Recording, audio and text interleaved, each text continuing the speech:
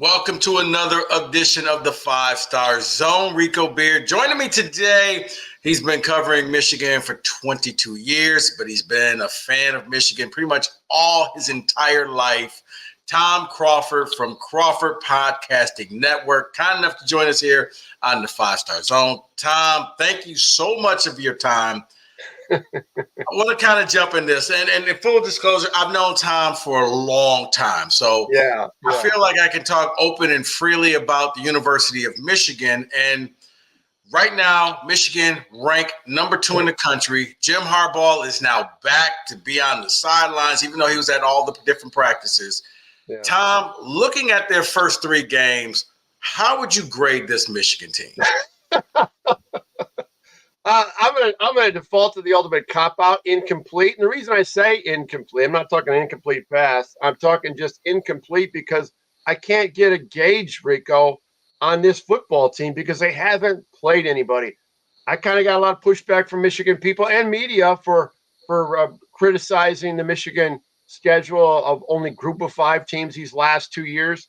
But it doesn't – you really can't get a gauge of how good you are when, like, for example, they beat East Carolina, and East Carolina is going on to lose to 2 bad teams. They got blown up by Marshall and not bad teams, but group of 5 teams, Marshall and Appalachian State. So what do you learn from that when you beat that team 30-3? Not much more than those other teams. And then UNLV hasn't had a winning season in 11 years, and then this Bowling Green situation on Saturday night was one of those, things. Well, it was just, as Blake answered my question, it was just one of those nights. I guess they weren't ready to execute, weren't ready to play. And JJ turned up, threw three picks, and you saw it. They're not blowing out people. They're 0 for 3 on covering the spread. Not that that's a big deal, but still, it's when I say am I concerned? I'm puzzled. I'm a head scratching. I can't get a gauge and won't know a gauge until November the 11th when they go to Happy Valley. Yeah, I mean, because really, you get Rutgers and you probably can't learn much. I mean, I've heard some theories that, Michigan's just kind of bored and they're going through the motions and they don't have to do anything. They're treating these as extended practices, but when I look at the bad teams, when I look at certain teams, when they play bad teams, I expected Blake Corum right now to have over 400 yards or 500 yards just from running the ball. And I'm not seeing that. I'm seeing it looks to me that, the offense is kind of struggling. And then, leaving the state game, and you see, the score is 7-6. I thought maybe something happened to JJ, and the backup went into the game where, he was in concussion protocol. And they're like, no, he's just throwing a lot of picks. As you say, it's head scratching. It's bewildering because to be ranked the number 2 team in the nation, I expected so much more out of this Michigan team. And I expected progression from, one game, game 1 to game 2 to game 3. You know how that goes. I mean, they got a $184 on the ground against Bowling Green. I mean, that, they haven't actually had a good rushing attack in these first 3 games. It's like, wow. I mean, they should, carve up 250 to 300 on the ground. And in the air, they got, JJ had a terrible game, 143 yards total passing. But it's one game. I mean, now maybe the boredom will go away, Rico, because you got finally a legitimate Power 5 team, albeit Rutgers, the Scarlet Knights. But when you look at this schedule, and I think when I look at when's that game that Michigan fans are going to have that white knuckle treatment, watching the game and be nervous the night before. Boy, it gets getting pushed back further and further because I don't think Nebraska and Minnesota road games are going to, from what I've seen there. And then Nebraska just lost 2 running backs for the year. So I saw that. And then Michigan State, we talked about this on Press Pass last night. The game with Maryland is going to dictate, are they going to just tank it or, are they going to keep fighting? I think they're going to keep fighting. Or they could just roll over and show their belly. So. Yeah, and the Tucker thing is, it's inevitable. They're going to get a new coach, and so there's uncertainty. But so my point is that October first game at night. The toxic rivalry and all the Michigan State just plays, like Super Bowl champs when they play Michigan. And it'll be electric and all that stuff. That could be the situation will cause it to be a challenge, let alone a team. But then you go from there. You go to November 11th. They go to Happy Valley at noon on Saturday, November 11th. There's your season. It's a 2-game season, Rico, in the regular season for Michigan. The Big Ten championship, if they get to that point, and then the 2 at CFPs. Now that's 5 legitimate wins. That's a worthy national title if championship earned if you do all that. But man, we gotta wait around. I'm bored. I'm going to the press box and I'm watching. I was watching, Colorado and TCU. Where I'm looking at my computer screen. I'm like, why am I here watching this game in front of me? And it's boring the hell out of me. That's where it's at right now. I got you with Tom Crawford and Tom. I mean, like I said, if I would have told you after the tunnel incident at Michigan that for the upcoming game, that would be a second or third story, would you have believed me? Oh, as far as the overall situation at Michigan State? Yeah, like going into that game. Yeah. I mean, they may mention what happened last year in the tunnel, but that's kind of got pushed to the back. Yeah, it's got pushed to the back. And, and there's a lot of storyline between now and October 21st. And I don't mean to get ahead of it, but you know what? No, Tom, the way Michigan's playing, go right ahead, get ahead of it. No, I don't want to get ahead of it. I'm just saying Michigan State that's the head scratcher right now of what kind of leadership they're going to have on that team internally. What those coaching, the coaching staff right now are they going to be in a lame duck mentality? I'm sure they're all thinking about, oh my God, I got to get a new job after this, because that's what happens when the coach leaves. You got a new coach, you got to bring a whole new staff. Yeah, there's just a lot of uncertainty with Michigan State, but Michigan State's going to determine how much of a challenge that game is going to be for Michigan more than Michigan is, I think. So, Tom, what did you learn about this Michigan team in these 3 games? I learned that, in terms of their running, their offensive line play, that might be a while. Last year that, they were pretty potent right from the start, and we're not seeing that right now. Donovan Edwards, I'm kind of really confused with why he's not getting more touches. Last week he got 12 touches. I'm not sure how many touches he's got. He's just not there. I thought this Blake Corum, Donovan Edwards thing was going to be like, wow. I did too. These guys are going to light it up for about 30 minutes, and then they're going to sit down, and we're going to see the freshmen. You know what? Full disclosure, I thought Donovan Edwards was going to take over and become the number 1 back. Yeah. A lot of people thought that. Yeah. And who knows? He may emerge, and I don't know. I in the receiving core, Roman Wilson is jumping out as the next really great wide receiver for Michigan. That's for certain.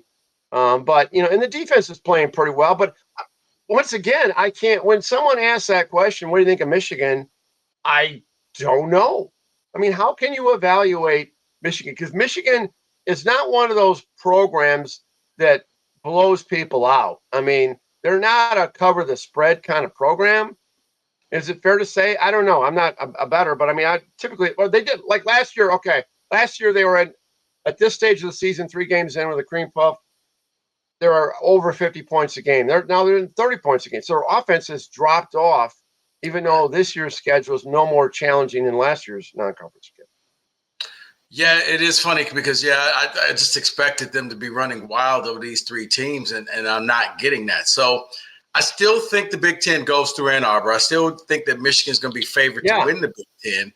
It's just I won't have that validated until until they play Purdue. I mean, not Purdue, but Penn State. And it's like, okay, reality's kicked back in. They're no longer bored. They're out there. They're getting it done. They get to have, a luxury that a lot of teams don't have, and you kind of have an 8-game preseason before you get to the game, 8 or 9 game preseason before you get to the games that actually matter. And then the credibility. And then if you happen to lose one of those games, your credibility just gets blown up, right? Well, they haven't played anybody. I mean, I've been saying they haven't played anybody. And listen, I'm fan media. You know me, Rico. I mean, I'm like you in Michigan State. I mean, we cover, but we want our alma mater, our respective alma maters, to win the game. Okay, I want Michigan to win, but I look at them maybe a little bit more, open-minded, and not with amazing blue love goggles like a lot of Michigan fans do. And so I feel like I have an open mind about this, and this is going to be, I'll go like I started out. This is going to be an incomplete for a while. Now, if they start executing better, and if they start, give an example, Ohio State hung 63 on Western Kentucky and only gave up 10 against Western Kentucky, a group of 5, which is a pretty potent offensive team. Now, that impressed me, Ohio State playing a group of 5 team. Michigan didn't have any of those. That impressed me. And you really got to hang a lot of points, and you got to limit a lot of, not very many points. And Michigan's only given up 5 points a game. I get that, but it's just like, it's more the offense. They're just, it's just confusing that they're not doing a better job. But they got the depth. They got all the tools are there. I think they have good dynamics on this team. I think it's a grounded team. The coaching staff is terrific. There's a lot of pluses, but we don't know until they go to Happy Valley. It's funny because when I look at this Big Ten team, the Big Ten as a whole, Tom. Yeah, bad. I don't know. I'm starting to lean towards the Big Ten's just not that good. And that's not to take away from the teams at the top, but It really is going to boil down to what Ohio State does at Notre Dame. If Ohio State goes into Notre Dame and beats Notre Dame, I got more faith in this conference. If Ohio State loses to Notre Dame, then put it this way, Michigan's going to have to go undefeated to claim a spot in the 4-team college football playoff. You nailed it. And I was down at Notre Dame watching them play Central on Saturday, and this Sam Hartman for Notre Dame, he can spin that ball. He is going to test Ohio. I mean, I think Notre Dame's going to beat Ohio State, which I don't want to happen because I want Ohio State to be undefeated when they go into November 25th, because it's such a vulnerable credibility situation now in the Big Ten, because you got the Indianas. I mean, maybe Maryland will emerge. I don't know. Maybe there's somebody out there that will sneak up, but Minnesota getting pounded by Carolina. Yeah, Carolina's good. But, I mean, there's been some bad performances, in my estimation, in the Big Ten. And, Purdue lost to Syracuse at home. That shouldn't happen. If you have a good conference, that should not happen. Right. And look what the Pac-12 is doing. Man, they're blowing people up out there in their last hurrah. I mean, it's crazy. Well, that's what I'm looking at it, because the SEC champion is going to make it. I don't think they're going to get 2 teams. The champion is going to make it. Now, if Notre Dame starts running the table, they're going to get one of the spots. You look at the Pac-12, they could possibly sneak in 1 or 2. And, oh, by the way, you got Texas down in the Big 12. It's going to be hard to justify a Big Ten champion. That's why I said you have to go undefeated. And I think because you're Michigan, you'll get the benefit of the doubt because you're starting the year off at number 2. Yeah. But I don't know if you can hold on to it. And it's not to fault of their own, because you can only play who's on your schedule. But, man, when you start comparing to the Pac-12, it's like, man, you had 2 games, and you got Pac-12, you got USC, you got UCLA, you got Oregon State, you got Washington State. You got some games every week. Absolutely. Colorado, it's just like, wow, you got games now. Yeah, and that's why I'm glad, even though I'm a traditionalist when it comes to college football, I'm glad the Pac-12, those 4 teams are coming to Big Ten, because God forbid, we need the credibility in this conference. We don't have credibility. And with 18 teams, adding those 4, it's going to be a legitimate conference. But, yeah, I said last year, Rico, at Big Ten Media Days, I said Michigan has got to pitch a perfect game to get a CFP. And they pitched the perfect game, and then lost to TCU in the semi, in the bowl game, CFP semi. And I'm in the same situation right now. I mean, if they win all these games, if they're undefeated, I think they're going to get in. Unless Ohio State implodes, and unless Penn State implodes. I mean, if Michigan runs the table, I think they're in. But they can't afford 1 loss, in my opinion. Not 1 loss and they'll get in this. Will they get in a 4-team CFP next year? Yeah, with a 12-team, yeah, no problem. Yeah, it'll be no problem. But yeah, for this year, it's tough. I mean, I think whether it's Michigan, whether it's Ohio State, whether it's Penn State, your biggest competition is Notre Dame. Undefeated Notre Dame is in the playoffs. No doubt, and they're good. Their defense, they bring a lot of blitzes. They put a lot of quarterback pressures on you. And I talked about the quarterback. They got a good solid running game and a couple NFL receivers potentially. So yeah, Notre Dame's good. Notre Dame is going to beat Ohio State. All right, so I want to wrap it up with this. If you're a Michigan fan, should they be worried? Should they be concerned that you're not beating teams the way you're supposed to be beating them? Yeah, because I stay in the moment. I mean, if I'm looking, I don't look ahead. And the players, I talk to the players, and they're confident that we'll get this cleaned up. You always hear that term. We got to look at the film, clean this up.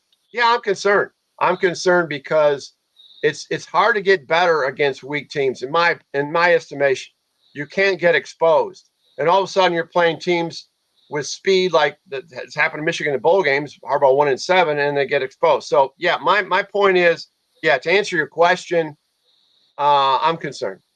Okay, I'll just be honest with you. And Harbaugh coming back, do you think that could help them get this thing? I think that will help. I mean, Jim Harbaugh, and I've gone back and forth with Jim Harbaugh. You've heard me on that. I think he's improved as a coach. I think he's improved as a human being.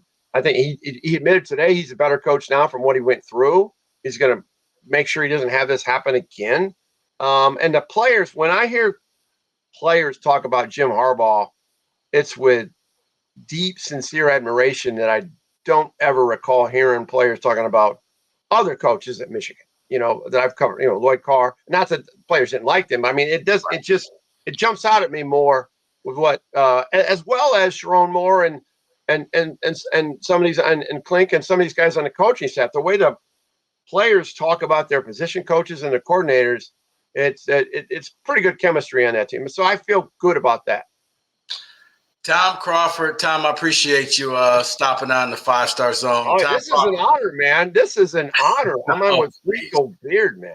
No. You know your stuff for Michigan. I don't know. So I figured if anybody would know, you would know. You've been covering them you've been a fan for 60 years. You've been covering them for 22 years. Yeah. So you're going to just shoot it straight, and you're going to just tell the people, not what they want to hear, but kind of how you see it, because you've been there. You've been at the games. Yeah. You've watched this team. You've seen them when they have been better. You've seen them when they've been worse. So I trust your opinion on this, Tom. Yeah. Thank you for coming on. And I will keep you updated when I'm not concerned. You'll be the first to know. All right. Well, then, you know what? That sounds. It might be a while. Sounds like I'm going to end up having you back on there. Tom Crawford from the Crawford Podcasting Network. Kind enough to join us here on the 5-Star Zone. Guys, keep liking, keep subscribing, keep rating. Give me that 5-star rating. Tell your friends. The 5-Star Zone. I'll be back later on this week with Howard Griffith. And I kind of got a feeling I'm going to be doing some Big Ten power rankings as well. So stick around. I'll be back later on in the week. But until then, thanks for listening. Thanks for watching the 5-Star Zone.